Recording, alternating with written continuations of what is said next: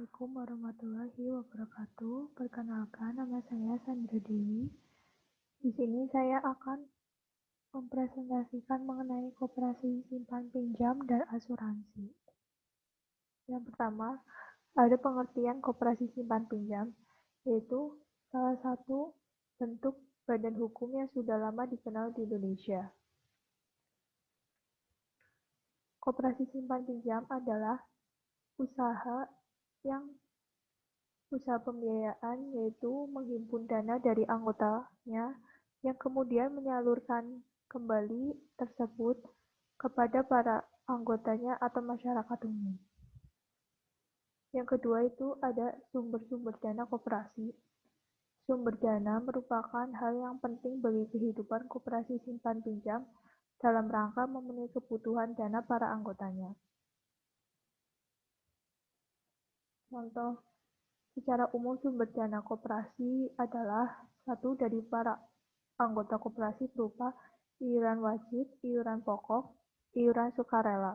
Yang kedua dari luar koperasi yaitu badan pemerintah, perbankan, dan lembaga swasta lainnya. Yang ketiga ada jenis-jenis koperasi, yaitu ada koperasi produksi, konsumsi, simpan pinjam, dan koperasi serbaguna. Yang keempat ada keuntungan koperasi. Dapat disimpulkan bahwa keuntungan koperasi adalah biaya bunga yang dibebankan ke peminjam. Yang kedua yaitu biaya administrasi setiap kali transaksi. Yang ketiga itu hasil investasi dari luar kegiatan operasi. Terus ada pendirian koperasi.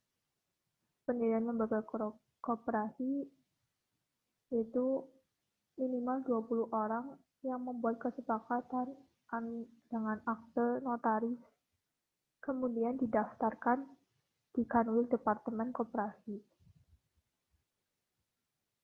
Yang selanjutnya itu ada perusahaan asuransi. Perusahaan asuransi yaitu perjanjian antara dua pihak atau lebih, dengan mana yang pihak penanggung mengikat diri kepada tanggung jawab dengan menerima premi asuransi untuk memberikan pergantian kepada tertanggung karena kerugian, kerusakan, atau kehilangan keuntungan yang diharapkan atau tanggung jawab hukum kepada pihak ketiga akan diderita tertanggung yang timbul dari suatu peristiwa yang tidak pasti atau untuk memberikan suatu pembayaran yang didasarkan atas meninggal atau hidupnya seseorang yang dipertanggungjawabkan. Lalu ada perkembangan asuransi. Asal mula kegiatan asuransi dijalankan di Indonesia merupakan kelanjutan asuransi yang ditinggalkan oleh pemerintah Hindia Belanda. Peraturan pemerintah Indonesia mengatur tentang asuransi baru dikeluarkan pada tahun 1976 dengan keluarnya surat keputusan Menteri Keuangan pada waktu itu.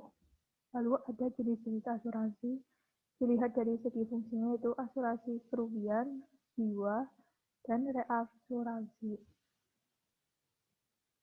Lalu dilihat dari segi kepemilikannya itu asuransi milik pemerintah, swasta nasional, perusahaan asing, milik campuran. Lalu ada keuntungan asuransi yaitu bagi perusahaan, yaitu keuntungan dari premi yang diberikan kepada nasabah, keuntungan dari hasil penyertaan modal di perusahaan lain, keuntungan dari hasil bunga dari investasi di surat-surat berharga. Lalu bagi nasabah itu memberikan rasa aman, merupakan simpanan yang pada jatuh tempo dapat ditarik kembali, terhindar dari resiko kerugian atau kehilangan. Prinsip-prinsip asuransi yaitu insurable insured, utmost good faith atau itikat baik, ganti rugi, proximate cost, subrogation, contribution. Sekian dari saya. Wassalamualaikum warahmatullahi wabarakatuh.